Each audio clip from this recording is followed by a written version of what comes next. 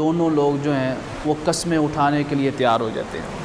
یعنی ایک شخص ہے جس نے کہا جی اس نے غلط کام کیا، تو جس کے بارے میں کہا جاتا ہے کہ اس نے غلط کام کیا ہے، وہ کہتا ہے میں قسم اٹھا دیتا ہوں، اور جو کہتا ہے، جو اس کے اوپر تہمت لگا رہا ہے، وہ بھی کہتا ہے میں قسم اٹھا دیتا ہوں۔ اب دونوں کیا ہو گئے؟ قسم اٹھانے کے لیے تیار ہو گئے۔ اب جو لوگ وہاں پہ جو کھڑے ہوتے ہیں نا، وہ پریشان ہو جاتے ہیں کہ یار یہ دونوں ہی قسم اٹھا دیں گے تو پھر معاملہ کیسے حل ہوگا؟ حضور نبی کریم صلی اللہ علیہ وآلہ وسلم نے ارشاد فرمایا دونوں لوگوں کو قسم اٹھانے کا اختیار نہیں ہے، دونوں میں سے صرف ایک شخص جو ہے اس کو قسم اٹھانے کا اختیار ہے، دوسرا چاہے قسم اٹھائے چاہے نہ اٹھائے، شرعی طور پہ اس کی قسم کا کوئی اعتبار نہیں ہے۔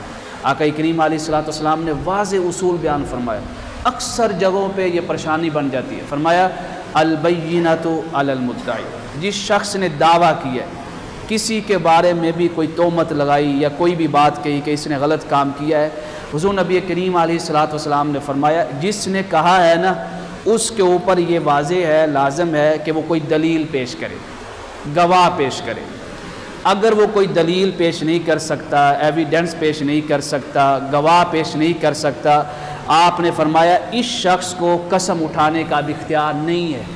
یہ نہیں کہہ سکتا کہ میں قسم اٹھاتا ہوں کہ اس نے یہ غلط کام کیا، نہ شریعت کہتی ہے اس کو کوئی اعتبار نہیں۔ اب قسم کس نے اٹھانی ہے؟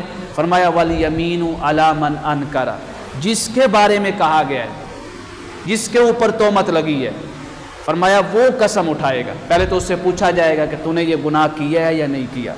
اگر وہ اقرار کر لیتا ہے تو بات ہی ختم ہوگی، اس نے اقرار کر لیا۔ اگر وہ اقرار نہیں کرتا ہے تو اب فرمایا ہے کہ وہ قسم اٹھائے۔